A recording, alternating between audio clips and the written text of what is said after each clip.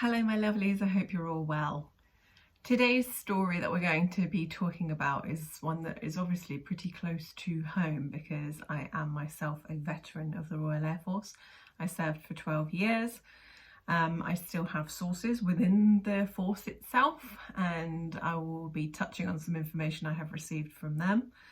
So this story initially broke during the summer holidays when I was unable to do any filming due to childcare. But I was meaning to make a video on it, and now we have had an update to said story. So let's start from the beginning, shall we? During the summer holidays, the story broke that some emails had been leaked from the Royal Air Force Recruitment Office. It was a group captain, a female group captain, who had resigned from her post because she claimed that the policies that the upper echelons of the force were trying to put into place in terms of recruitment were unlawful.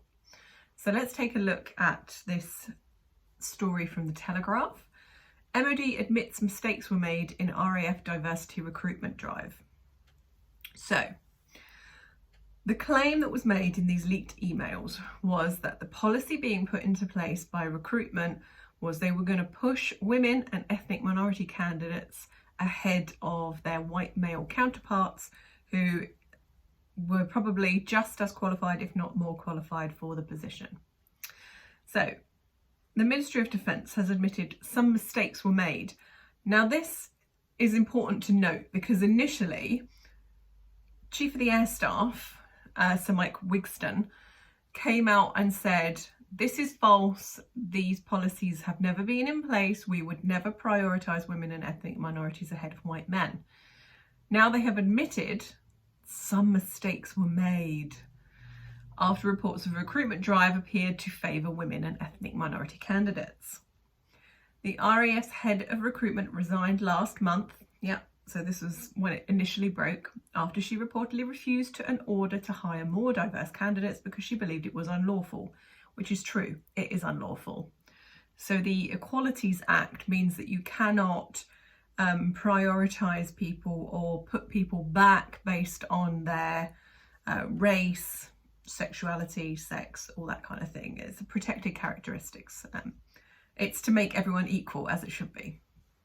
So the group captain told her boss she was not willing to allocate slots on training courses based purely on specific gender or ethnicity. So that was the leaked message that was seen by Sky News at the time.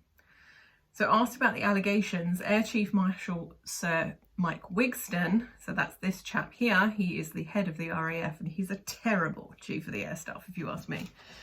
He said, there is absolutely no drop in operational standards, no drop in any standards. There was no discrimination against any group, no standards were dropped. You see how he's repeating himself? There was no discrimination against any group. So he's repeated himself twice then, saying there was no discrimination and no drop in standards and no drop in operational standards. And you can't have it both ways. You can't say that you're going to do a big drive to increase diversity and also say that there's going to be no drop in standards. I'm not saying that women and ethnic minorities are of a lower standard than men, but you can't have it both ways. You can't say we need a more diverse force and then say that you're not going to drop standards to create that, because it's just not going to work that way. So now, an MOD spokesperson has acknowledged that despite the best of intentions, some mistakes were made. In a statement on Monday, they said, the RAF is constantly reviewing its recruiting practices, including the introduction earlier this year of a new recruiting IT system to improve the diversity of its workforce. While overall standards did not drop, in hindsight, we accept that despite the best of intentions, some mistakes were made. The RAF is now confident that our approach is correct. However, we are investigating some processes and decisions taken in the past, so it would be inappropriate to comment further while this is ongoing. The MOD has said recruitment generally is always a top priority for the RAF, not just female or ethnic minority recruitment, and insisted it remains determined to recruit in fair and non-discriminatory ways while maintaining high standards. Well, the only way to maintain high standards is to operate your recruitment in terms of meritocracy. Is this the best person for the position? If the answer is no, but, then you are letting standards drop. It's as simple as that. Yeah, so honestly, this whole thing just makes me angry. It just makes me angry.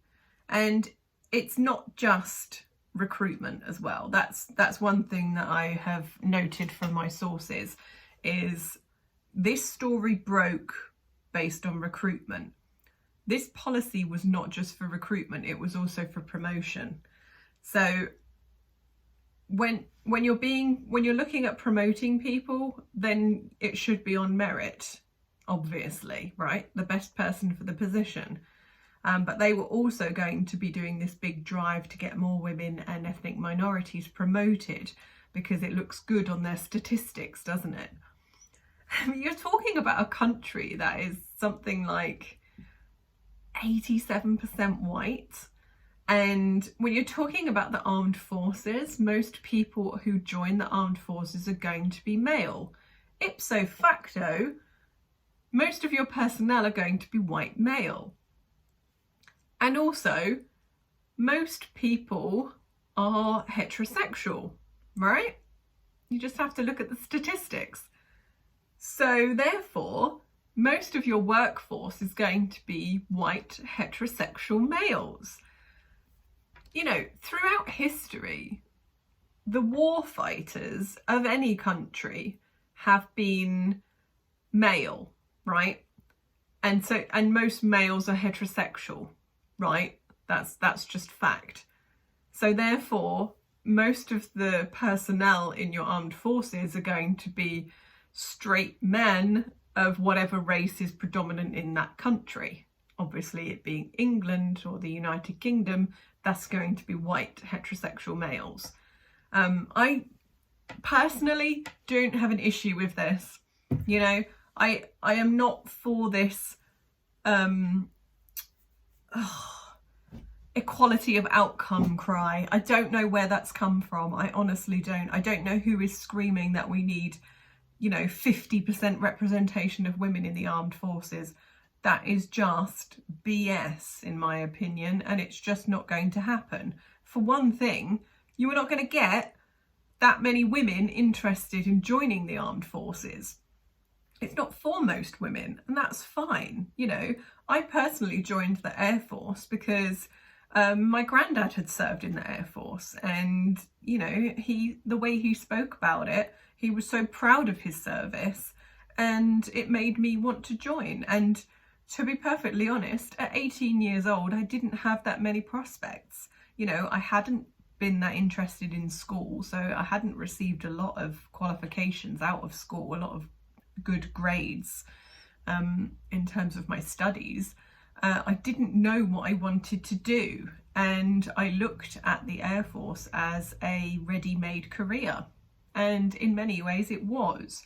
I did 12 years, and that's the other thing, is that most women are not going to serve for the their entire career. Most women are not going to do the full 22 years of service, whereas a lot of men do. My husband is coming up to his 22-year point now.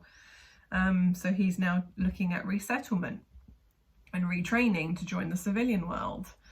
But most women won't. And, in a lot of cases, that's because when you settle and you have children, your priorities change, and you're not going to want to go away for 4 months at a time on a deployment. And if you're in the American military, it can be longer than that. They go on deployment for months and months and months on end.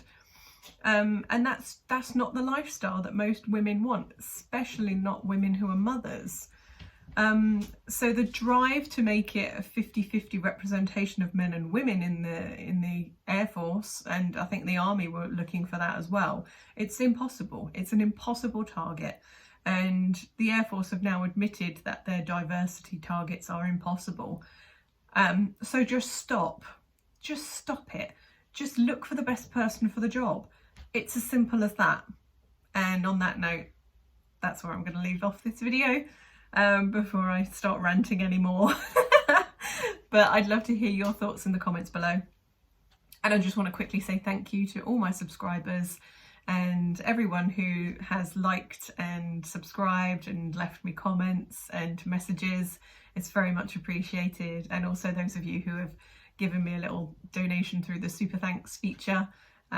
Very much appreciated, and I will see you very soon.